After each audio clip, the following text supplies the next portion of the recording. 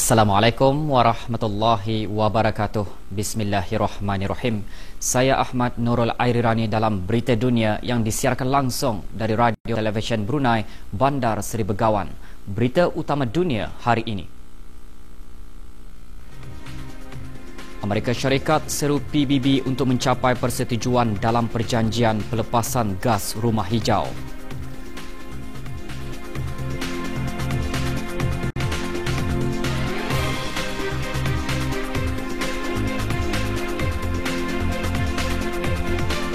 China menekankan tanggungjawab bersama untuk memulihkan dan menstabilkan ekonomi dunia.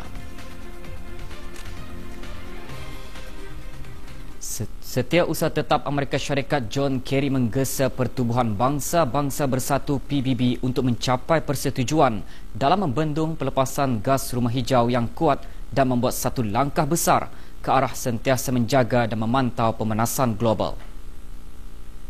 Para pegawai dari hampir 200 buah negara mengadakan perjumpaan pada minggu ini di Vienna untuk memuktamadkan satu perjanjian bagi membendung penggunaan hydrofluorokarbon. Manakala protokol Montreal telah berjaya mengurangkan penggunaan klorofluorokarbon yang merosakkan lapisan ozon.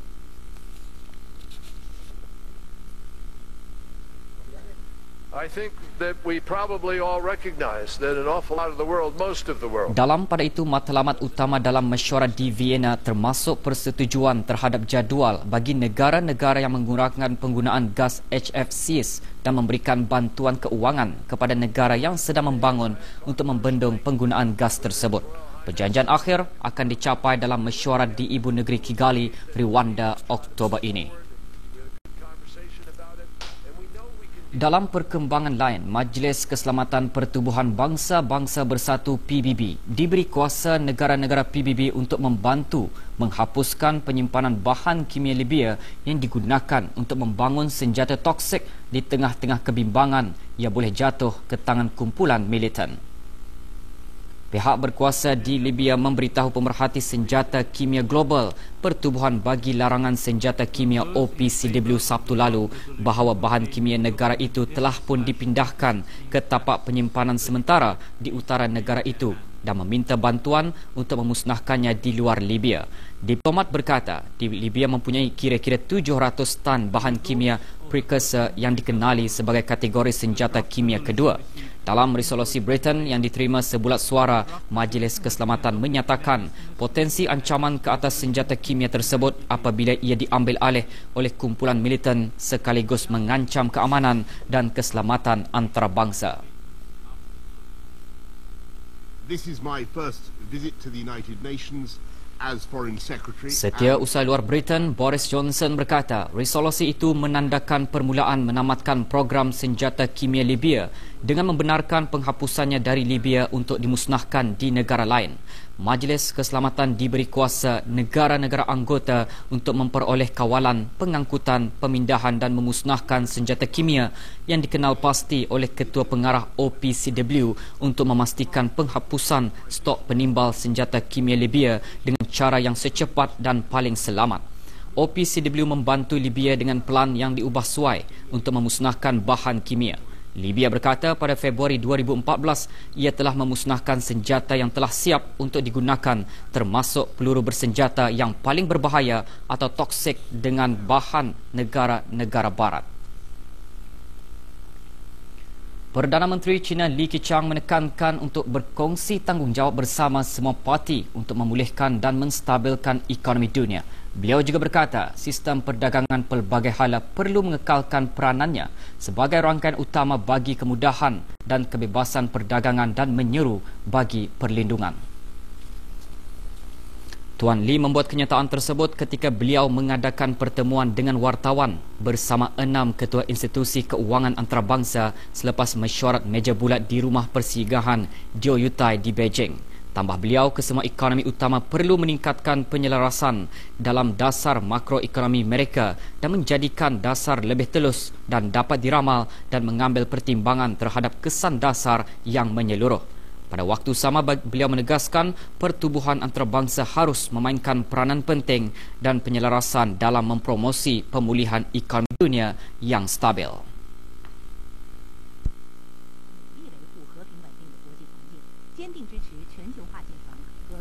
Perdana Menteri itu juga berkata China akan terus meningkatkan pembaharuan struktur terutama dalam bekalan, pertumbuhan dan kualiti serta meningkatkan pemacu bagi pertumbuhan ekonomi. Menurut sidang media bersama selepas mesyuarat itu, para peserta bersetuju agar rundingan meja bulat itu akan menjadi mekanisme yang kerap untuk meningkatkan hubungan China dan pertumbuhan keuangan antarabangsa. Presiden Amerika Syarikat Barack Obama menyatakan sokongan beliau terhadap Jerman selepas sekumpulan lelaki bersenjata melancarkan serangan di sebuah pusat membeli belah di Munich. Pihak polis berkata dalam kejadian serangan tersebut 9 dilaporkan maut dan penyerang sedang diburu. Mereka mengarahkan orang ramai yang berada di pusat membeli belah tersebut untuk meninggalkan tempat terbabit dan menutup perkhidmatan pengangkutan dan lebuh raya. Ketika pasukan khas bergegas ke tempat kejadian, beberapa orang awam dilaporkan terperangkap di pusat membeli belah Olimpia itu. Tidak ada kumpulan yang mengaku bertanggungjawab dalam serangan tersebut, namun penyokong bagi kumpulan militan AS meraihkan serangan terbabit di media sosial. Ia merupakan serangan keganasan berdarah ketiga terhadap orang awam di barat Eropah. Sementara itu, pihak polis dilihat tiba di lokasi berdekatan tapak serangan penembakan di pusat membeli belah Munich selepas menemui satu mayat di kawasan berkenaan. Seorang jurucakap pihak polis berkata mayat ke-9 itu ditemui kira-kira 1 kilometer dari tempat kejadian serangan dan mereka sedang melakukan pemeriksaan sama ada mayat yang ditemui adalah salah seorang daripada penyerang tersebut.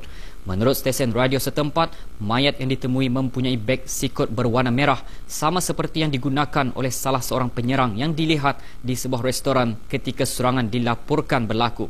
Pihak polis dilaporkan menggunakan robot untuk menyiasat beg berkenaan.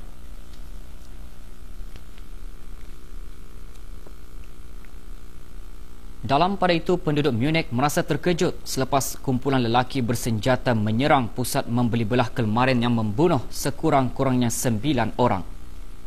Pihak berkuasa Jerman mengisytiharkan perintah darurat di bandar Jerman. Akhbar Munich TZ berkata, salah seorang lelaki bersenjata kemudian mengamuk di dalam pusat membeli belah di bandar itu. Pada awalnya, majalah Berita Fokus memetik sumber dari polis yang mengatakan penembak itu telah menembak dirinya sendiri. Bagaimanapun, tidak ada laporan yang disahkan secara rasmi. Perdana Menteri Turki Binali Yildirim berkata risiko bagi percubaan rampasan kuasa lain boleh berlaku, namun memastikan orang awam bahawa kerajaan dan institusi-institusi lain sedang mengawal situasi tersebut. Seminggu selepas percubaan rampasan kuasa yang mengorbankan 246 orang, Tuan Yildirim mengadakan lawatan ke ibu pejabat polis yang diserang di Ankara.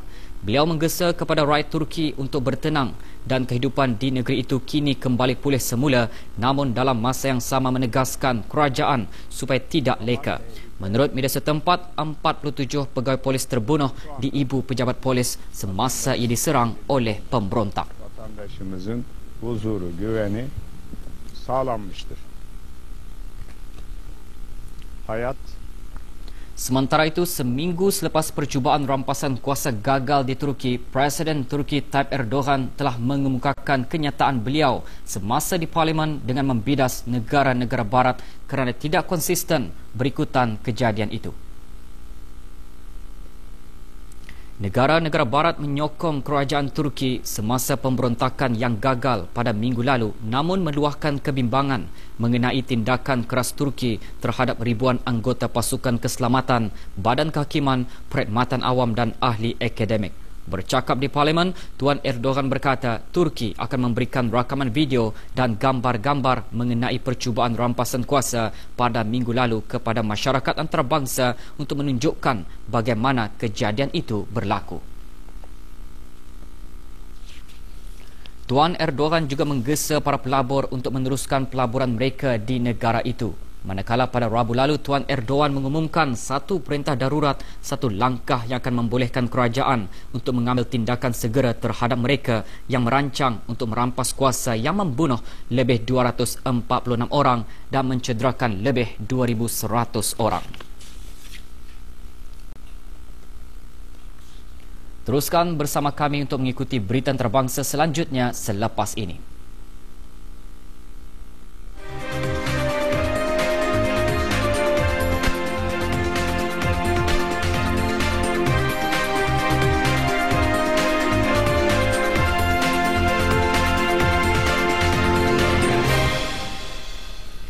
Pertubuhan Antarabangsa bagi Penghijrahan IOM berkata hampir 3,000 pendatang dan pelarian telah terkorban di Mediterranean tahun ini, manakala lebih 250,000 orang telah sampai ke Eropah. Jurucakap IOM Joel Millman memberitahu semasa di sidang akhbar di Geneva bahawa jumlah angka korban dianggarkan kira-kira 2,977. Menurut beliau, kejadian tersebut berlaku selama 3 tahun berturut-turut yang mana jumlah kematian yang dilaporkan oleh IOM di Mediterranean telah mencecah sehingga 3,000. Dalam tempoh 4 bulan sejak lewat bulan Mac, kira-kira 20 pendatang asing maut setiap hari, terutamanya di Sub-Afrika Sahara di sepanjang laluan dari Libya ke Itali. Indonesia menghantar pulang 6 rakyat Australia yang ditahan ketika dalam penerbangan yang memaksa pesawat mereka membuat pendaratan kecemasan di Bali. Penerbangan Jetstar yang berlepas dari Sydney terpaksa mendarat di lapangan terbang antarabangsa Ngurah Rai di Bali pada Rabu lalu susulan berlakunya pergaduhan di antara 6 penumpang di dalam pesawat berkenaan. Pengurus lapangan terbang antarabangsa Ngurah Rai berkata, 3 rakyat Australia dihantar pulang pada petang kemarin ke Melbourne dengan dikawal oleh pegawai keselamatan Jetstar. 3 lagi penumpang yang terlibat dihantar pulang ke Sydney pada 11 malam dan menambah lelaki-lelaki berkenaan berada dalam keadaan mabuk ketika dalam pesawat tersebut. Media setempat melaporkan pesawat tersebut meneruskan perjalanannya dan mendarat di Phuket lewat 2 jam dari yang dijadualkan.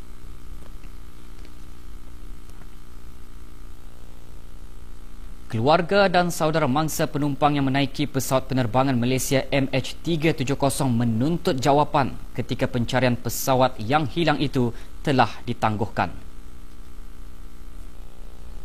Di dalam satu kenyataan kemarin, Malaysia, China dan Australia mengumumkan mengenai pencarian pesawat yang hilang itu yang mana lebih daripada 2 tahun dan ia akan ditangguhkan jika pesawat terbabit tidak dijumpai di kawasan yang dicari sekarang ini.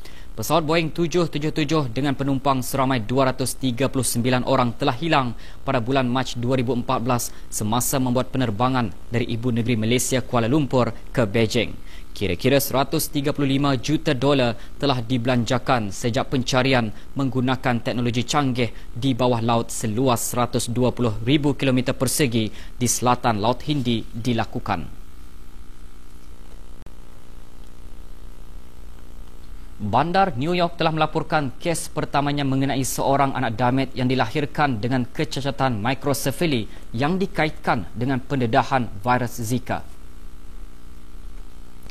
Pegawai Jabatan Kesihatan Bandar New York berkata ibu kepada anak damit itu telah dijangkiti virus Zika selepas membuat perjalanan ke kawasan yang dijangkiti tersebut. Mereka menolak untuk memberikan maklumat lanjut mengenai ibu atau anak damit itu. Setakat ini, bandar itu telah melaporkan sebanyak 346 kes jangkitan Zika yang semua jangkitan akibat melalui perjalanan.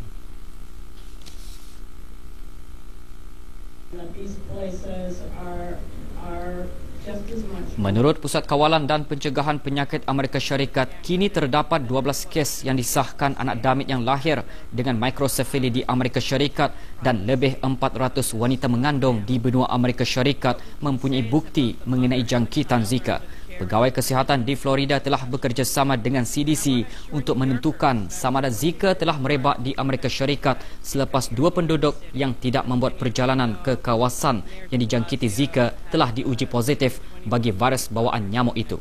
Setakat ini seramai 1,404 orang di 46 buah negeri Amerika Syarikat telah dijangkiti dengan virus Zika.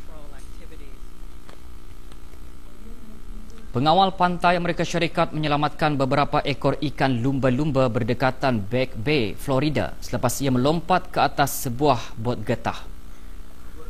Jabatan Pertahanan Amerika Syarikat mengeluarkan rakaman video menunjukkan anggota pengawal membawa ikan lumba-lumba tersebut dari bot dan melepaskannya ke dalam air. Pengawal pantai telah menerima panggilan daripada seorang lelaki selepas ikan lumba-lumba itu melompat ke atas bot getah yang diikat di atas kapal layar.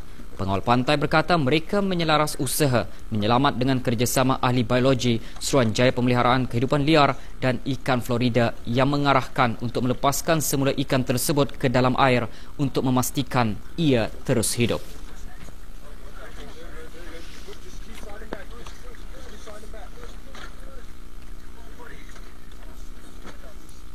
Seorang artis Afghanistan dengan kumpulan pelajar jurusan seni telah berusaha membuat yang terbaik untuk meningkatkan harapan di bandar mereka dengan mengecat dinding pelindungan yang dibina oleh kerajaan.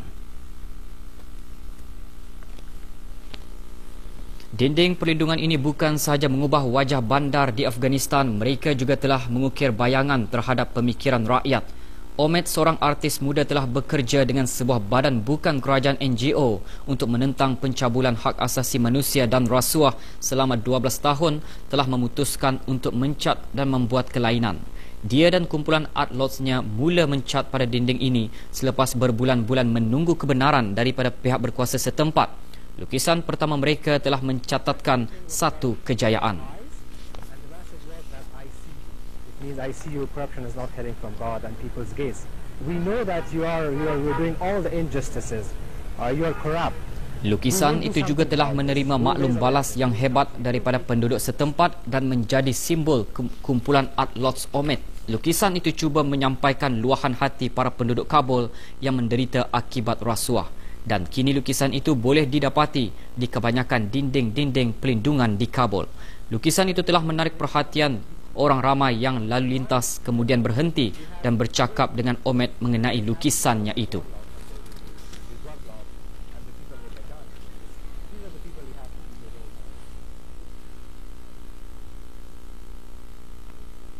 Dengan itu, sekian berita dunia. Kami akan memuatkan lagi beberapa perkembangan dan pergolakan dunia menerusi berita dunia yang disiarkan selepas berita nasional pada pukul 8 malam nanti. Assalamualaikum warahmatullahi wabarakatuh.